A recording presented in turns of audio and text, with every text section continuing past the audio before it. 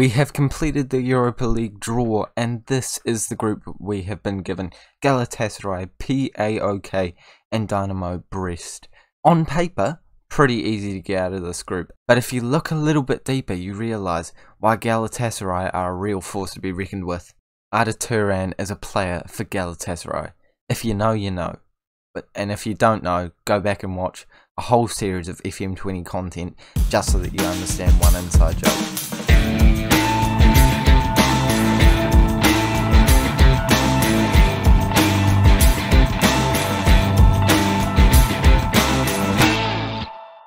Hello guys, and welcome back to the 4th episode of the Arsenal FM21 beta save, where today we are playing against Everton and Galatasary. And if you were confused about Arda Turan, he's basically just a bit of a meme player in a former series, and I'm pretty sure he's not even registered for the games against us. So yeah, if we go down there, he's unregistered. So we don't even have to worry about facing him. Kind of disappointing, I love that man, but I kind of wanted to create some dramaticness. And if you're an OG subscriber and you got that joke, let me know in the comment section down below, because most of you probably were very confused and have clicked off because of it. If you're still here and haven't clicked off, make sure to like and subscribe so you don't miss the daily uploads coming around. And I want to say a big thank you to all the support on the channel so far. To be honest, I'm recording this and I've only uploaded episode number 1, but that went really well. So can we aim for 8 likes on this video to hopefully keep the momentum going and keep the series being as amazing as it can be? But quickly, we'll go over what we have done since last time. And we have played quite a few games, which I know it's unlike me. The last game that we played was against Wolves, and I've played all of these games off camera, starting off with a 5-2 win against Dynamo Brest. Then we managed to beat West Ham 1-0 away from home, not a bad result.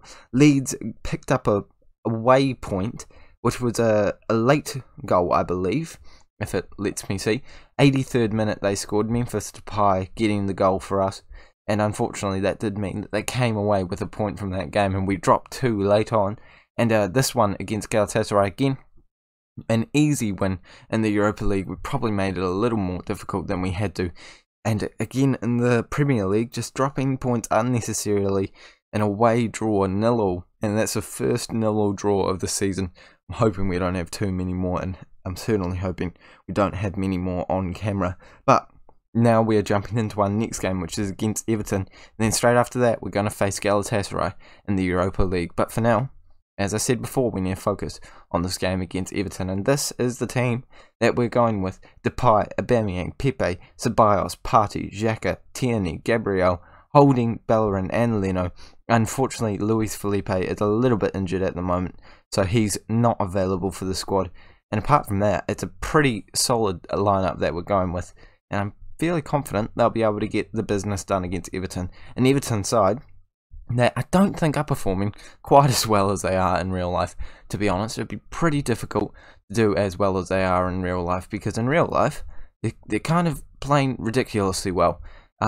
If we take a look at the table, they are down in 14th place before this game. So, you know, they're not exactly reaching those heights of Champions League qualification at the moment just yet, but I mean, who knows? This game, if they win it, they could go all the way up to 8th place. That could kickstart a Champions League run, but I'm hoping that doesn't happen, and I'm hoping we create some chances early on in this game, and we do have one as soon as I say that. Aubameyang on the ball, playing it inside. Well, not playing it inside. You know, you can see what's going on. Tierney whips the ball in, and Pepe is there at the back post. And honestly, Pepe is my favourite player in this entire game so far. He knows exactly where to be. He knows exactly what to do. And as an inside forward on support role, I didn't expect him to be as good as he is. Normally, those supporting inside forwards don't do very much. I got that word out eventually.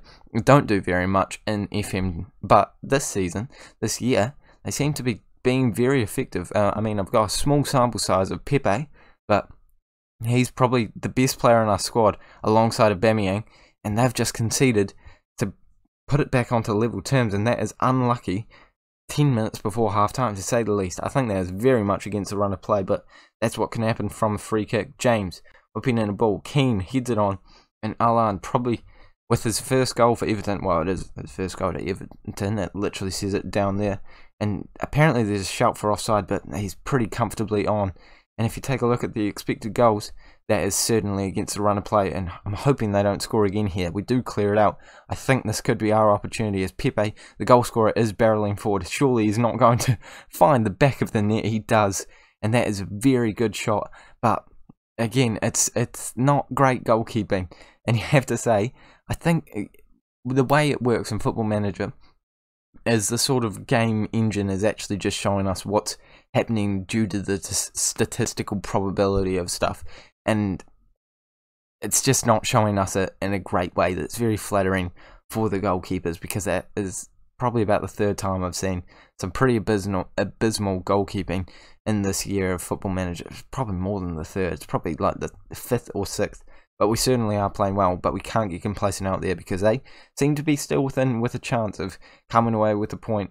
They've got half the expected goals of us, so I guess 2-1 is pretty fair enough. I don't know if they actually deserve to have scored a goal, but we'll deal with that later on, and hopefully we just score some goals ourselves to make sure that we do come away with the win. And Ceballos goes for a shot there, goes at the goalkeeper this time, and he does manage to get down very quickly to make the save, but I don't think the chance is over just yet.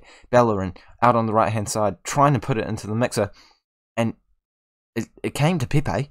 I don't even think Pepe knew it was at his feet, because he didn't really know how to react, and it has come away with no change to the scoreline. I think I'm going to make my first substitution of the game. That took me by surprise. I imagine it took a couple of you by surprise as well. Saka is going to come on for Aubameyang. Not because Aubameyang's having a bad day at the office. Obviously, he could be doing better, but I mean, he can pop up at any point, score a goal for us, and he's proved that in this save already, off camera and on camera.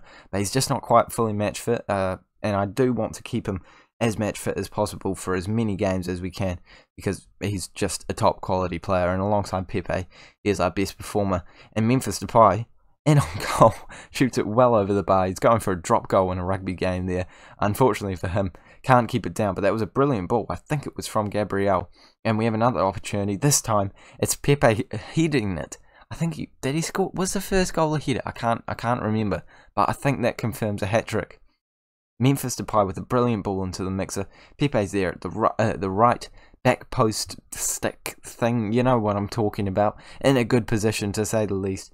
And he nods it in to get himself a hat trick. And that should take him up to the top goal scorer in the Premier League, if I'm not mistaken. Unless someone has absolutely torn it up in the last few games. I think he is up there, because Aubameyang was previously the top goal scorer. But I'm sure with that hat trick today, he has overtaken his teammate and managed to get himself onto the top of the top goal scorer. And if he did that in real life, I'd be pretty chuffed about it. And I was about to say, he's not done yet, but he might be done actually. He's not able to score that one. You would expect him to get a goal in that situation, but you can't expect the best players in the world to finish every single chance. Even Messi doesn't finish every single shot he takes, so you can cut him some slack here and there. Made our last two substitutions both in the midfield region, and I think we could be seeing the last highlight of the game here as James shoots it forward and Calvert-Lewin somehow gets onto the end of it. He goes for an ambitious strike there, and if it had any sort of power or accuracy, it still probably would have been saved by Leno. Luckily for us, it had neither of those things, so it doesn't even trouble our keeper. And with 4 minutes to go of additional time, I think we're just going to run out the clock here and come away with a 3-1 win, which is a very good result that shoots us, well, I say shoots, kind of just moves us back into second place. And we're just behind Liverpool, who have actually dropped points, and I'm very happy with the way that we have played today. And we'll actually take a look at how far away we are from that Liverpool squad in the competition stuff. Here we go, in English Premier League. Actually, Pepe is equal goal scorer, top goal scorer with Salah, so hats off to you for doing such a good job as well. Both right wingers, which is interesting to see, but I'm sure Pepe will be pretty motivated to overtake him sometime soon. We're only 3 points away from this Liverpool squad, but we have not lost a single game. They have, so it's interesting to see how many points we are dropping by getting these draws, but at the end of the day, I'm sure the consistency will come through. We seem to be unbeatable at this current point in the save, and they have proven that they can be beaten by squads as good as Tottenham. And Tottenham in the save, not exactly smashing things. So I think we might be able to come away with a surprise victory, and I'm hoping they will drop some more points as the season progresses. Not going to lie to you, I've started the game. I thought they'd show the lineups, but we're straight into a chance with a minute and 50 seconds on the clock. Kolasinac is on the ball. You'll see our squad in a minute, and we're scored. But that was not what I expected to happen when I pressed record. I thought that we'd show the squads and then we'd get into the game. But early on, we've managed to get a goal. Kolasinac trying to surely whip a ball in here, and it's nearly gone into the back of the net. Unluckily for the Galatasaray goalkeeper, it's completely caught him off guard, and Lacazette has put it into the back of the net. Now I will show you my 11. This is a very rotated squad, and it is a rotated squad because we've got so many fixtures coming up, and also we've just got so many good players that deserve opportunities in the first team, like Lacazette, like Saka, like Maitland-Niles, like Chambers, like Kolasinac, that don't actually get many opportunities. So it's a perfect chance to give them those chances, and right now I'm very much being proven correct by giving those men those chances. And their squad that we're facing is quite strong, I will admit. It's got some good players in there. Some people you might recognise, including Babel, Faguli, as well as other people that you might recognise. Personally, I don't, but I'm sure you might recognise them. As things stand, we're at 9 points after 3 games in the league. We still haven't played PAOK at all. This is our second and final game against Galatasaray, and obviously the league, I meant the group. You get what I'm trying to say. I think if we win the next one against PAOK, we will go straight into the next round as qualified. I don't think we'll be able to secure being qualified in first spot anytime soon, but for now we are playing quite well, and I'm going to tell them I'm pleased with the performance. You know, a lot of them are youngsters. You got to sort of cradle them a bit, you know, let them know they're doing a good job.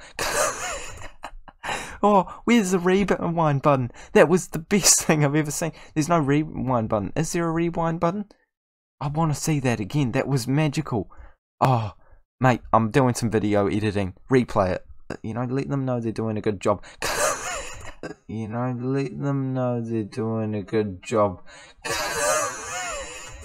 What a header from Kolasinac. Let's continue the opportunity. He's won the ball back afterwards as well. That is my new favourite feature in this Football Manager. That header, that animation. Everything else is second to that. Wow. Okay. They're on the ball. I don't actually care if they score because that animation has been enough for me. They have scored. I kind of regret saying that, but I'm still happy about the animation. Just a little annoyed that we have conceded, to be honest. Straight off the bat in the second half, they've come away with a good opportunity. They've played the ball around well, and I guess we're just cruising a wee bit too much. I gave them too much praise. They got too relaxed. The goalkeeper, again, could be doing a wee bit better there. It's kind of right next to him, and he's just gone down onto his knees like he's proposing to his fiancée, but he hasn't actually stuck out a hand, so kind of something to work on in training. You know, using your hands as a goalkeeper, it's kind of important.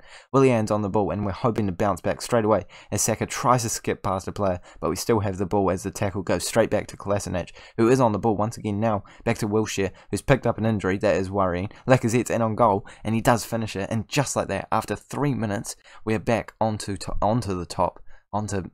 You get what I'm trying to say.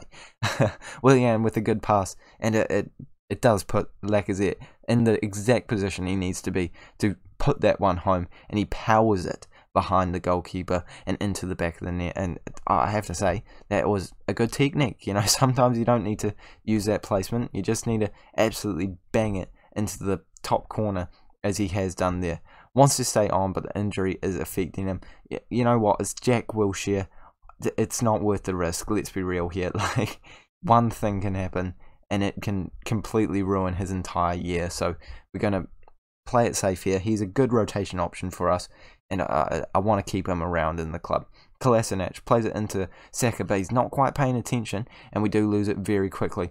They've cleared it carelessly, and we are able to create a counter-attacking opportunity. It's not really counter-attacking when they're all defending like that, but, you know, an attacking opportunity, and Lacazette does end up with a great opportunity after a brilliant pass from Kolasinac, but unfortunately for him, he can't put it into the back of the net, and the goalkeeper does make a good save.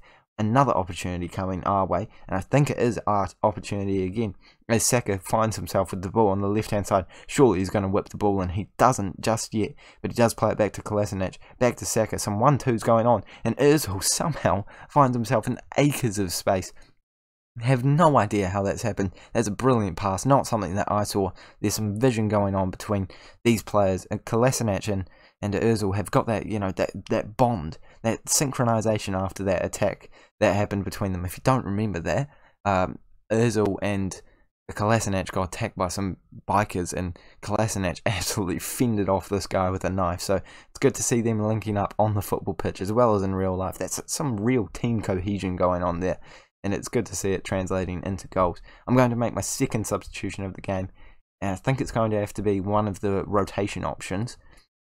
And I think I'm going to bring on Cedric. He deserves an opportunity, so we're going to take Ceballos off, bring Maitland-Niles into a box-to-box midfielder sort of role, and give Cedric a chance at right back. He's not a bad player. He's not a player I would have bought personally, but he's worth about £20 million. So if I can sell him in the summer, I certainly will be looking to do that for sure. If we can get 20 million, I wouldn't be disappointed with that at all. We have yet another opportunity, and a shot comes in. I don't know why we've gone for that shot, but it's eventually come to Lacazette, who, to be honest, probably should be doing a wee bit better in that position. He's got time and space. He's one-on-one with the goalkeeper. He could have secured a hat-trick and really actually given me a headache about who to start between him and Depay for the next match. He could yet get his hat-trick, as there is one more chance with 2 minutes to go, including additional time. The 2 minutes is of additional time. You get what I mean. Again, sorry, you just go with it. You know what I'm saying. We kick it straight back to their goalkeeper, almost charging it down there, and we header it very well through. I think that was Cedric, and I think this is their chance to try and get a consolation goal. They can't do it. It goes straight at the goalkeeper. We tip it over the bar, and just like that, I thought the final whistle would blow, but we've got another opportunity. It could be a nostalgic highlight. I haven't seen one of these. It is. We're just going to see the final whistle being blown, and that, I don't love to see it, but it's almost refreshing. It's nice to know that Football Manager has still got this wee thing going on that no one actually likes. I don't know why it's nice to see, but we're going to roll with it. Saka's running forward, and the full-time whistle should be blown at any second now. The ball's gone out of play twice here. That's how you know it's not a highlight. If the ball goes out even once, that's like, it's not a highlight. Twice, it's like, mate, what are we even doing here? I mean, a good YouTuber would edit it out, but let's be real here. I'm not a good YouTuber. We're going into this last 3 games of the Europa League in pole position to finish on top, and we have played very well in that game. A good win from the boys. Well done. Certainly couldn't have said it any better myself. Well, I guess I did say it. Well, not really. It was kind of a computer version of myself. He didn't even say it. I just clicked a button. I didn't hear anything. But Lacazette's come away with the Man of the Match award there. He still is actually giving me a bit of something to think about, because he is a top quality striker, and if you compare him with the man Depay, it won't actually compare him because that's a glitch. But if we go to attributes, they do seem pretty similarly matched, but around this area it seems like Depay just has the edge, but in the mentals it definitely looks like Alexandre Lacazette has the edge. So it's hard to decide who is going to keep that spot, and I think I should be rotating it a wee bit more, to be completely fair to Lacazette. He is a top quality player, and Jack Wilshere, he's gone out, he's going to the physio for 47 days, and I have to say, it could have been a lot worse if we didn't take him off, but that has been a very successful episode, and ending it at the top of our group, and in second in the Premier League, is nothing to be too disappointed about. Why are my next 2 games in the Europa League? That's alright. Yeah, I guess we'll deal with it. I think we're going to come back for our last game in the Europa League against PAOK, and also play that very important match against Manchester United in the league before going into the January transfer window. It's just around the corner, and as I said before, if you are enjoying the series, make sure you like and subscribe. Aiming for 8 likes this video. I've taken it down a wee bit for you, but I think we can do it. It helps the series a lot, it helps the channel a lot, and I want to say a big thank you to all of you for subscribing and liking, because I bet you've just done it. And I will see you all later.